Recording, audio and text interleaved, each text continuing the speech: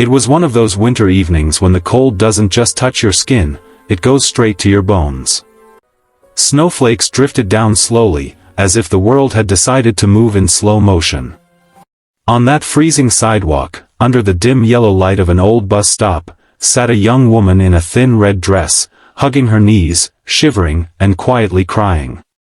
People walked by her without stopping, some glanced, some pretended not to see, and some simply saw her as another shadow on the street. But everything changed when a little girl with curly brown hair, bundled in a tiny pink jacket, broke away from her father's hand, and walked straight toward the crying woman. And what she said next would melt the coldest heart. Before we dive deeper into this incredible true-to-life story, don't forget to subscribe to our channel, Kindness Diaries. Hit the like button, drop a comment, and share this story if it touches your heart, because every act of kindness deserves to be remembered. Her name was Emily, 23 years old, exhausted, and carrying the kind of sadness most people never see. Life had not been kind to her. She had left home after a long stretch of family trouble, hoping for a fresh start in a new city.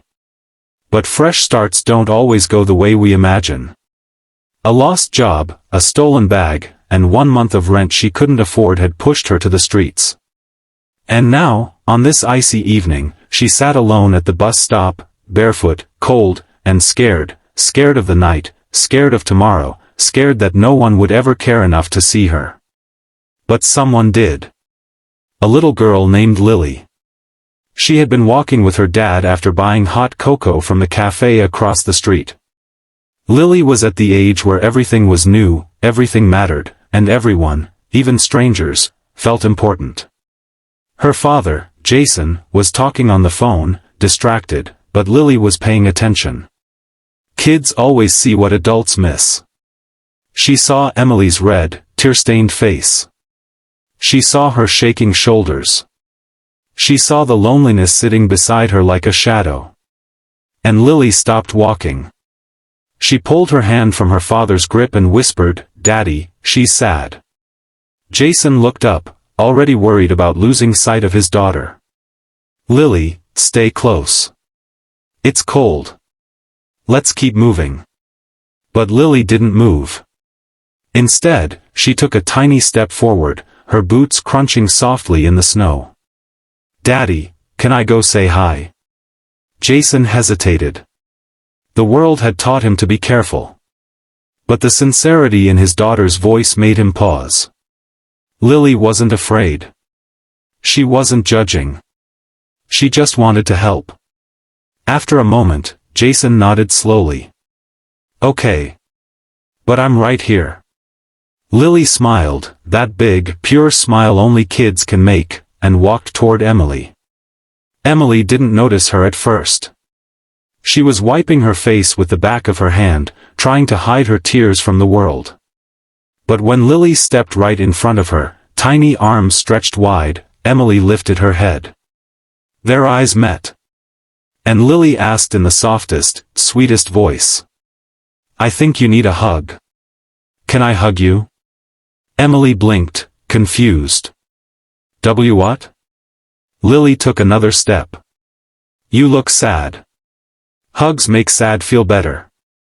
Emily felt her heart crack open. No adult had spoken to her with kindness in weeks. No one had asked if she was okay. No one had even looked at her long enough to see the pain on her face. But this little girl, this stranger, saw everything. Emily's voice trembled. "Honey. I'm not sure I'm someone you should hug." Lily tilted her head, puzzled. "Why? You're a person." Emily's lips quivered, and the tears she'd been holding back spilled freely. "Because I've had a really hard time. I'm not doing well." Lily didn't understand the complexity of homelessness, depression, or fear. She only understood feelings. And she knew Emily needed warmth. So she stepped closer, wrapping her little arms around Emily's shoulders.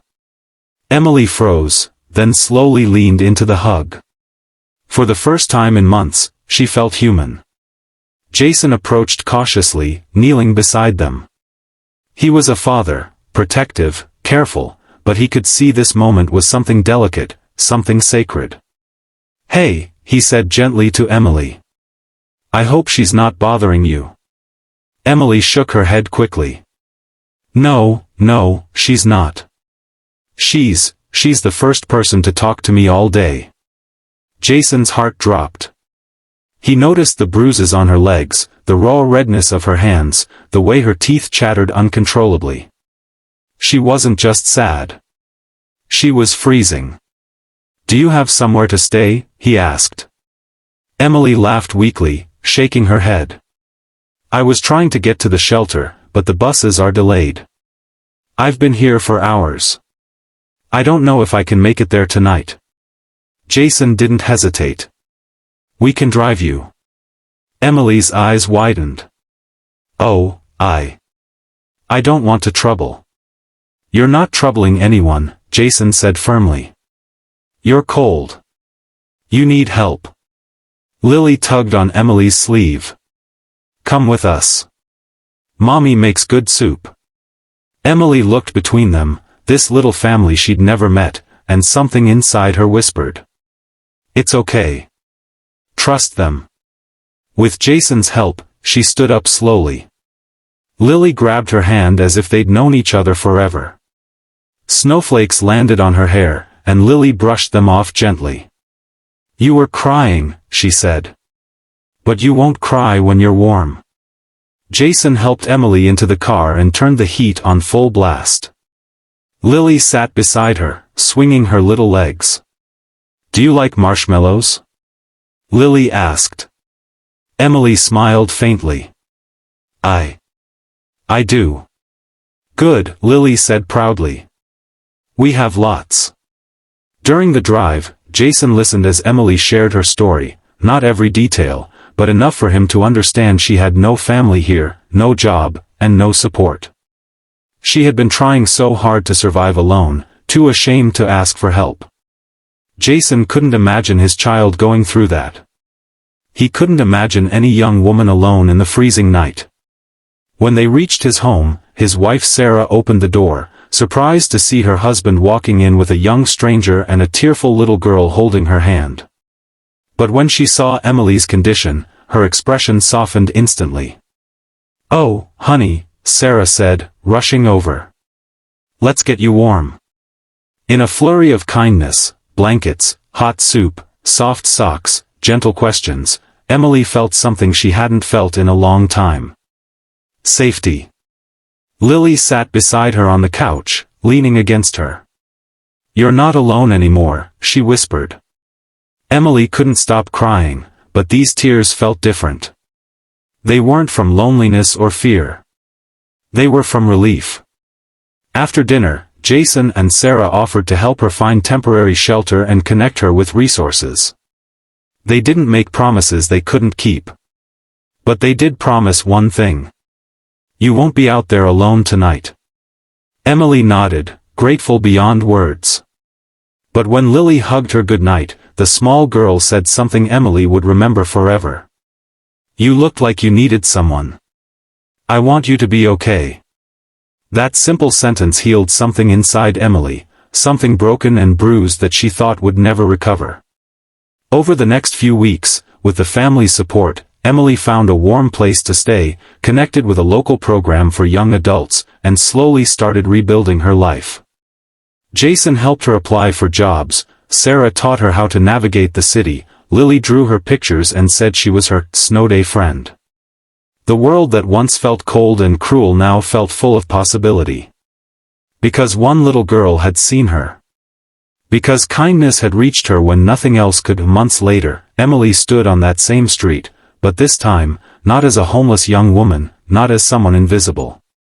She had a job, a small apartment, and a heart full of gratitude.